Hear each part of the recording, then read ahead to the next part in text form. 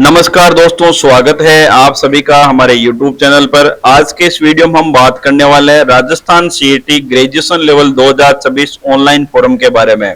साथ में एसओसो आईडी कैसे बनानी है, ओटीआर वन टाइम रजिस्ट्रेशन कैसे करें, ई-केवाईसी कैसे पूरी करें, डॉक्यूमेंट कैसे अपलोड करें, बिना किसी गलती से आप अपना फॉर्म कैसे भरें। तो वीडियो आपके लिए बहुत ही महत्वपूर्ण होने वाला है, इसलिए वीडियो को आखिर तक जरूर देखें।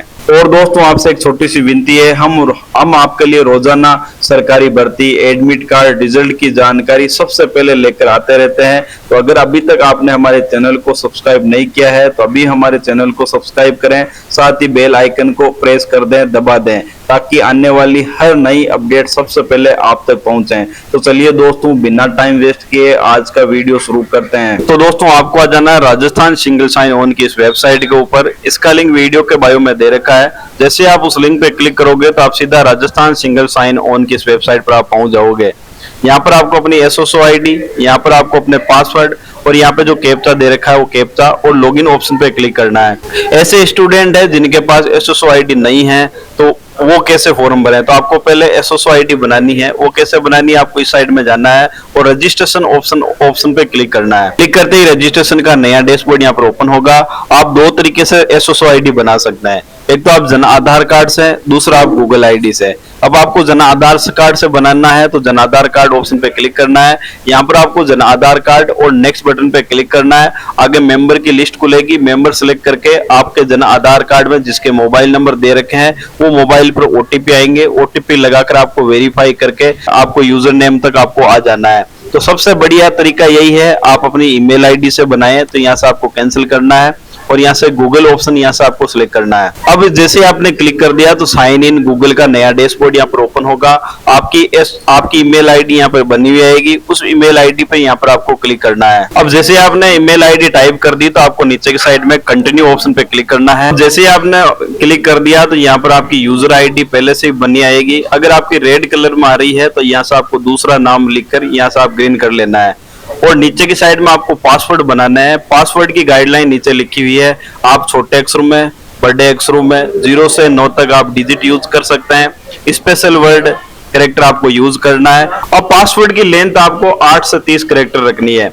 और इसमें आपको यूज नहीं करना है लगातार 1 यूज नहीं करने हैं, 1 2 3 ट्रिपल ए बी सी ये आपको कभी भी यूज नहीं करना है। तो आप पासवर्ड इस प्रकार से आपसे बनाना है, आपका नाम @, और पीछे आपको न्यूमेरिकल 4 न्यूमेरिकल आप यूज कर सकते हैं। तो आप इस प्रकार से आप पासवर्ड बनाओगे तो स्ट्रॉन्ग पासवर्ड बन जाएंगे, गाइडलाइन के हिसाब से ये पासवर्ड बन जाएंगे। बाद में आपको जो पासवर्ड बनाए, जो आपने पासवर्ड बनाए वो यहाँ पर टाइप करना है, पर लिख के वही पासवर्ड वापस आपको कंफर्म करना है।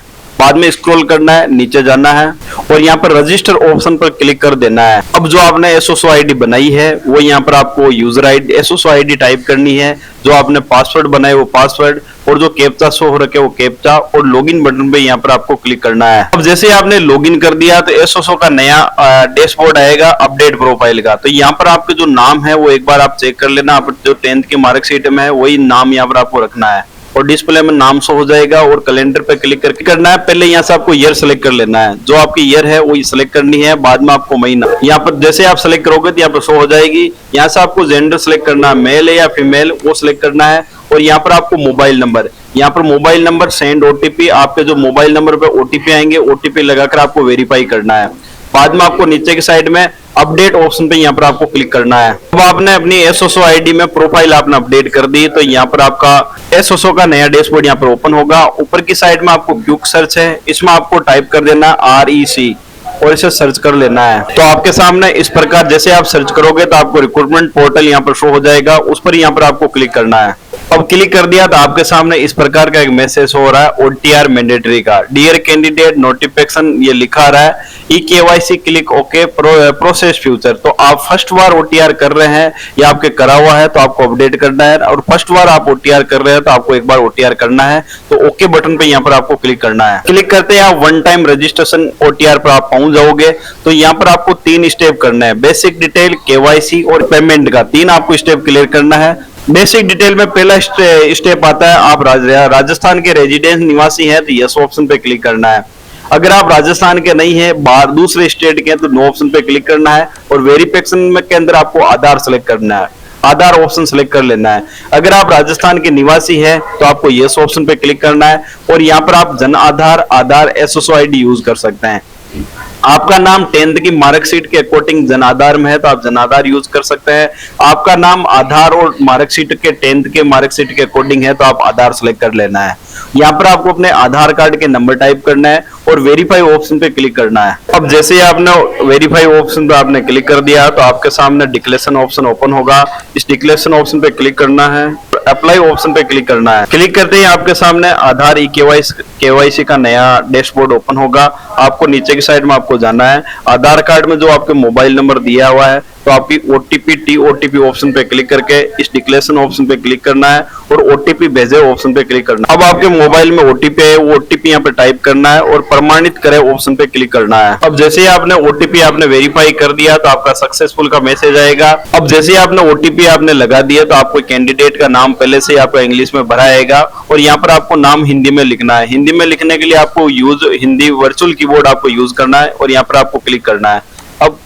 अब जैसे ही यहाँ पर आप क्लिक करोगे तो यहाँ से आपको हिंदी वर्ड आप यूज करके आपका हिंदी में यहाँ से आपको नाम लिख लेना है। बाद में यहाँ पर आपको वही फादर्स नेम लिखना है, वही वर्चुअल कीबोर्ड यहाँ से ओपन करना है और यहाँ पर मदर्स नेम इंग्लिश में और मदर्स नेम हिंदी में लिखने के लिए वही हिंदी वर्चुअल कीबोर्ड यूज करके आप हिंदी में यहाँ पर आप नाम टाइप करना है और यहाँ पर आपको अपने मोबाइल नंबर और यहाँ पर आप जो व्हाट्सएप यूज करते हैं वो मोबाइल नंबर यहाँ से आपको टाइप करना है। ईमेल आईडी पहले से भरी आएगी। कैटेगरी यहाँ से आपको सिलेक्ट करनी है। यहाँ से आप जनरल में है या आपके पास जनरल से आप EWS से आप भरना है तो EWS सेलेक्ट कर सकते हैं। MBC है तो आप MBC, OBC है तो OBC, SC ST जो भी आपका कास्ट कैटेगरी है वो यहाँ से आपको सिलेक्ट करना है। और धर्म यहाँ से आपको सिलेक्ट करना है। आपका धर्म कौन सा है, हिंदू है, जैन है, पारसी, सिख, मुस्लिम, क्रिश्चियन या जो भी आपका धर्म है वो सिलेक्ट करो। और नीचे की साइड में आपको मैरिड स्टेटस के अंदर आप अनमेरिड है या मैरिड है या डिवोर्स है या आप विडोर है वो आपकी कैटेगरी है उसके हिसाब से यहाँ से आपको सिलेक्ट करना है। जैसे हमने मैरिड सेलेक्ट की, यहाँ पर आपको हस्बैंड या आपके वाइफ है उसका नाम यहाँ पर आपको टाइप करना है और हस्बैंड के पिताजी का नाम या वाइफ के पिताजी का नाम यहाँ पर आपको टाइप करना है और यहाँ से आपको मैरिज डेट बतानी है और यहाँ पे आपको बच्चों की संख्या 2002 से पहले कितने थे, 2002 के बाद में कितने थे और विजुअल बॉडी मार्क आपके शरीर के ऊपर कोई भी तिल का निशान है तो कट मार्क है वो यहाँ पर आपको टाइप करना है। अगर आप विकलांग हैं तो यहाँ से आपको यस ऑप्शन पे क्लिक करना है। अगर आप विकलांग नहीं है तो आपको नो ऑप्शन पे क्लिक करना है। अगर आप राजस्थान के TSP एरिया के अंदर आप आते हैं तो यस ऑप्शन पे क्लिक करना, नहीं आते तो आपको नो ऑप्शन। और नेशनलिटी के अंदर पहले से आपका इंडियन भरा आएगा, स्टेट भी आपका यहाँ पर भरा आएगा और डिस्ट्रिक्ट यहाँ से आपको सिलेक्ट करनी है। आपका जो डिस्ट्रिक्ट यहाँ से आपको सिलेक्ट करना, आपका जिले का नाम यहाँ से आपको सिलेक्ट करना है, आप कौन से जिले से आते हैं। और एड्रेस लाइन में आधार कार्ड के पीछे जो आपका एड्रेस लिखा है वो यहाँ पर आपको फर्स्ट लाइन लिखनी है, यहाँ पर वाया और यहाँ पर आपको ब्लॉक, यहाँ से आपको सिटी जो आपकी तहसील है वो यहाँ पर आपको टाइप करनी है।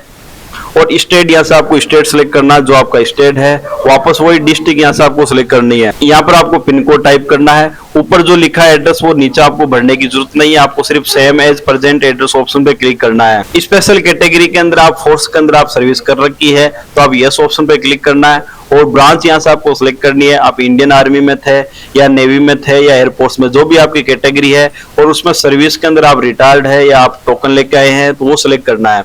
अगर आप फोर्स में नहीं है तो आपको नो ऑप्शन पे क्लिक करना है और नेक्स्ट बटन पे क्लिक कर देना है। अब अगला स्टेप आता है केवाईसी का। अगर आप राजस्थान गवर्नमेंट एम्प्लॉय है तो आपको यस ऑप्शन पे क्लिक करना है, अगर नहीं है तो आपको नो ऑप्शन पे क्लिक करना है। बाद में आपको स्क्रॉल करना है और डिक्लेरेशन ऑप्शन पे क्लिक करना है। लाइव फोटो लेने से पहले आपको ये डॉक्यूमेंट अपलोड करना है। तो पहला ऑप्शन आता है हैंड राइट का, तो यहाँ पर आपको सिंपल हैंड राइट दे रखा है, इस ऑप्शन पे यहाँ पर आपको क्लिक करना है। तो ये क्लिक करते ही ये नोटिफिकेशन यहाँ पर ओपन हो जाएगा, आपको इसका प्रिंट आउट निकाल लेना है। प्रिंट आउट निकालने के बाद में आपको ये फॉर्म भरना है। अब यहाँ पर आपको जो हिंदी में लिखा हुआ है मैं यहाँ पर टाइप करना है, बाद में आपका नाम लिखना है, आगे यहाँ पे लिखना है पिता का नाम, आपके पिता का नाम लिखकर यहाँ पर आपको पिताजी का नाम लिखना है। बाद में यहाँ पर आपको जन्म दिनांक, आगे जन्म तारीख लिखनी है। बाद में जो यहाँ पर लिखा हुआ सेम टू सेम आपको नीचे लिख देना है।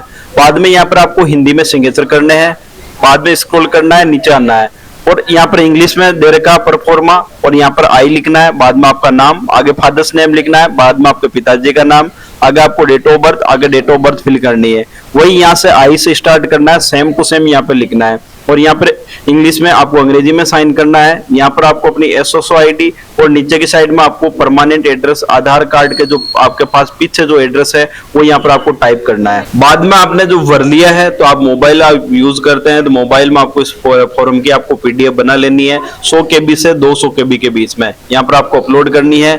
यहाँ पर आपको सिग्नेचर अपलोड करने हैं जेपीजी फॉर्मेट में 20 और 50 KB के बीच में। इंग्लिश में जो आपने सिग्नेचर कर रखे हैं वो यहाँ पर अपलोड करना है। ऐसे ही आपको हिंदी में करना है 20 से 50 KB के बीच में। और यहाँ पर लेफ्ट थंब इंप्रेशन, बाएं हाथ का अंगूठे का जो निशान है वो 20 से 50 KB के बीच में वो यहाँ पर अपलोड करना है। बाद में यहाँ पर आपको अपने मोबाइल या कंप्यूटर में आप यूज करें तो आपको लाइव फोटो लेनी है। बाद में आपको सेव एंड नेक्स्ट बटन पे यहाँ पर आपको क्लिक करना है। अब आपने ई-KYC आपने कर ली तो अगला स्टेप आता है पेमेंट का। तो यहाँ पर आपका नाम वगैरह यहाँ से आपको चेक कर लेना है, बेसिक डिटेल। अब नीचे की साइड में डॉक्यूमेंट में आपके सिग्नेचर हिंदी में, इंग्लिश में, लेफ्ट हाथ का thumb impression, hand right note यहाँ पर अपलोड आपने कर दिया। बाद में आपको डिक्लेरेशन यहाँ पे क्लिक करना है और पे ऑप्शन पे यहाँ पर आपको क्लिक करना है। अब आपने पेमेंट कर दिया तो आपका OTR सक्सेसफुल हो गया है। अब आपको ऊपर की साइड में आपको जाना है। अब आपको अपने डॉक्यूमेंट यहाँ पर आपको अपलोड करना है। ग्रेजुएशन लेवल आप CET अपलोड कर रहे हैं तो आपको 10th की मार्कशीट, 12th की मार्कशीट और ग्रेजुएशन, अगर आपने पोस्ट ग्रेजुएशन कर रखी है, MA कर रखी है तो वो भी आप अपलोड कर सकते हैं। कुछ स्टूडेंट ने 12th लेवल CET का फॉर्म भरा है तो आपके 10th और 12th की तो मार्कशीट आपने अपलोड कर ली है। अब आपको ग्रेजुएशन लेवल की CET का फॉर्म भरना है तो आपको ग्रेजुएशन की मार्कशीट आपको अपलोड करनी है। तो आपको डॉक्यूमेंट डिटेल ऑप्शन पे क्लिक करना है। आपके सामने इस प्रकार का एक मैसेज आ रहा है, डिजी लॉकर रिकमेंडेबल। तो आपको कुछ नहीं करना, आपको नीचे की साइड में मैं पुष्टि करता हूँ इस डिक्लेरेशन ऑप्शन पे क्लिक करना है और सबमिट ऑप्शन पे क्लिक कर देना है और यहाँ से आपको कैंसिल करना है। अब स्क्रॉल करना है, नीचे की साइड में आपको जाना है और यहाँ पर आपको डॉक्यूमेंट अपलोड करना है। तो एजुकेशन डॉक्यूमेंट ऑप्शन पे क्लिक करना है। बाद में आपको ऐड एजुकेशन ऑप्शन पे क्लिक करना है। बाद में आपको नीचे की साइड में और जाना है और यहाँ पर आपको क्वालिफिकेशन ग्रुप के अंदर जाना है। आपको डॉक्यूमेंट अपलोड करना है एजुकेशन के, पहले 10वीं की मार्कशीट, बाद में आपको 12th की मार्कशीट, यहाँ से आपको ग्रेजुएशन की मार्कशीट भी यहाँ से आप अपलोड कर। पहले 10th की मार्कशीट अपलोड करते हैं। सेकेंडरी 10th क्लास ऑप्शन पे क्लिक करना है। क्वालिफिकेशन के अंदर यहाँ से आपको 10 सेलेक्ट करना है और यहाँ से आपको सेकेंडरी और board of university of institute, आपने कौन से बोर्ड से, Rajasthan board secondary education RBC से किए तो ऊपर वाला सेलेक्ट कर लेना है। CBSE या कोई दूसरे स्टेट से सिलेक्ट किया तो वो स्टेट यहाँ से आपको सिलेक्ट करना है। बाद में यहाँ से सब्जेक्ट ग्रुप के अंदर आपको यहाँ पर, तो यहाँ से आपको नॉट एप्लीकेबल और सब्जेक्ट डिटेल में यहाँ पर भी आपको नॉट एप्लीकेबल रखना है। अब सिलेक्ट टाइप ऑफ एग्जाम के अंदर यहाँ से आपको रेगुलर सिलेक्ट कर लेना है। ओवरऑल रिजल्ट के अंदर आपके 10th क्लास में परसेंटेज बने थे या ग्रेड बनी थी वो यहाँ से आपको सिलेक्ट करना है। और यहाँ पर आपको 10th क्लास के roll number, enrol number, unique number, certificate number, identity, आपके मार्कशीट के ऊपर आपके एनरोलमेंट नंबर है तो वो लगा सकते हैं, वो नहीं है तो आप यूनिक नंबर या सर्टिफिकेट नंबर या आइडेंटिफिकेशन नंबर यहाँ से आप टाइप कर सकते हैं। इनमें से कोई एक यहाँ पर आपको टाइप करना है। पासिंग ईयर यहाँ पर टाइप, आपने कब पास की वो पासिंग ईयर लिखनी है।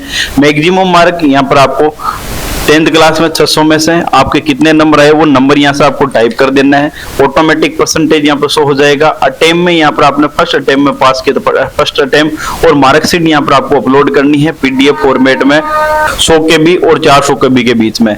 बाद में नीचे जाना है और सेव मैनुअल ऑप्शन पे यहाँ पर आपको क्लिक करना है। क्लिक करते ही यहाँ पर आपकी मार्कशीट 10th क्लास की अपलोड हो जाएगी। तो 12th बाद में क्वालिफिकेशन ग्रुप के अंदर यहाँ पर आपको 12th क्लास सेलेक्ट करनी है, वही क्वालिफिकेशन के अंदर 12th और सीनियर सेकेंडरी यहाँ पर लिखा जाएगा। बोर्ड RBSE था, CBSE, जो भी आपका बोर्ड था वो सिलेक्ट करना है।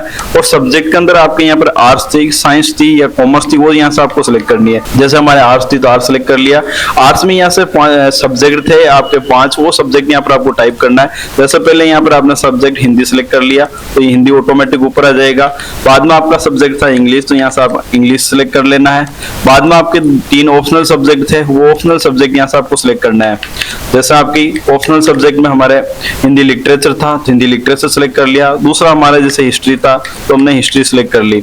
तीसरा हमारा जैसे यहाँ पर पॉलिटिकल साइंस थी तो ये हमने पॉलिटिकल साइंस यहाँ से आपको सिलेक्ट करनी है। ऐसे आपको अपने सब्जेक्ट सिलेक्ट कर लेने हैं। अगर आप आर्ट्स से नहीं है तो साइंस यहाँ से आपको सिलेक्ट करनी है, वो साइंस का सब्जेक्ट यहाँ से आपको सिलेक्ट कर लेना है।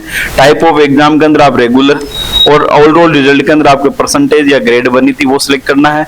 वही रोल नंबर, वही एनरोलमेंट नंबर, वही पासिंग ईयर, मैक्सिमम मार्क कितने में से आए वो यहाँ पर आपको टाइप करना है। से आपके 500 में आए हैं और कितने नंबर आए वो यहाँ पर टाइप कर देना है और परसेंटेज यहाँ पर शो हो जाएंगे। और फर्स्ट अटेम्प्ट यहाँ पर आपको फर्स्ट यहाँ पर लिख देना है और 12th क्लास की मार्कशीट यहाँ पर शो और 400 KB के PDF फॉर्मेट में यहाँ पर सिलेक्ट करनी है। बाद में सेव एंड मैन्युअल ऑप्शन पे क्लिक करके यहाँ पर आपको 12th की मार्कशीट भी यहाँ पर अपलोड करनी है।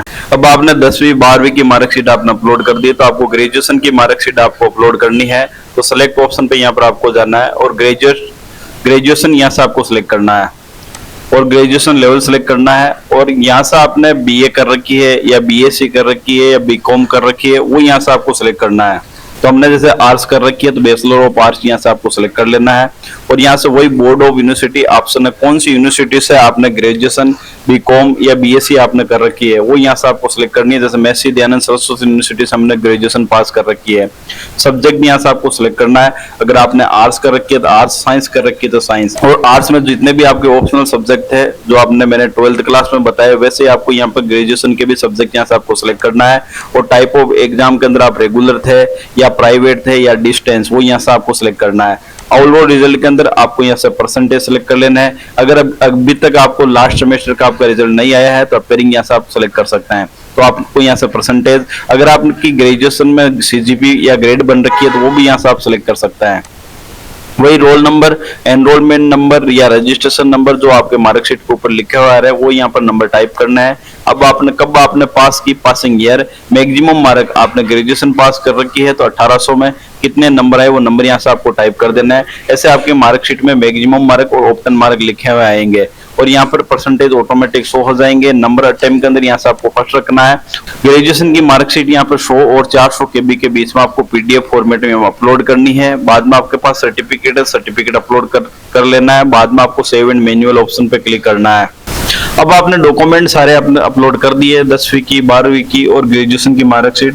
अब आपको अपना फॉर्म भरना है तो ऊपर की साइड में आपको जाना है और होम मेन्यू ऑप्शन पे यहाँ पर आपको क्लिक कर देना है। बाद में आपको स्क्रॉल करना है, नीचे की साइड में आपको ऑनगोइंग रिक्वायरमेंट पर आपको आ जाना और लिखा आएगा common test graduate level 2026 RSSB 2 अगस्त 2026 की लास्ट डेट रहने वाली है। तो आपको फॉर्म भरना है तो अप्लाई नाउ ऑप्शन पे यहाँ पर आपको क्लिक करना है। क्लिक करते ही आपके सामने कॉमन ग्रेजुएशन लेवल का ऑप्शन शो होगा, इस पर आपको क्लिक कर देना है। नया कर लिया है। OTR में एजुकेशन डिटेल हमने आसानी से अपलोड कर दी है, 10th की, 12th की और ग्रेजुएशन की। अब आपको फॉर्म भरना है तो वापस सीनियर सेकेंडरी लेवल ऑप्शन पे यहाँ पर आपको क्लिक करना है। OTR डाटा रिव्यू के अंदर यहाँ पर आपको सीधा प्रोसेस्ड ऑप्शन पे क्लिक करना। अब जैसे आपने सबमिट ऑप्शन पे क्लिक कर दिया तो अगला स्टेप आता है बेसिक डिटेल का।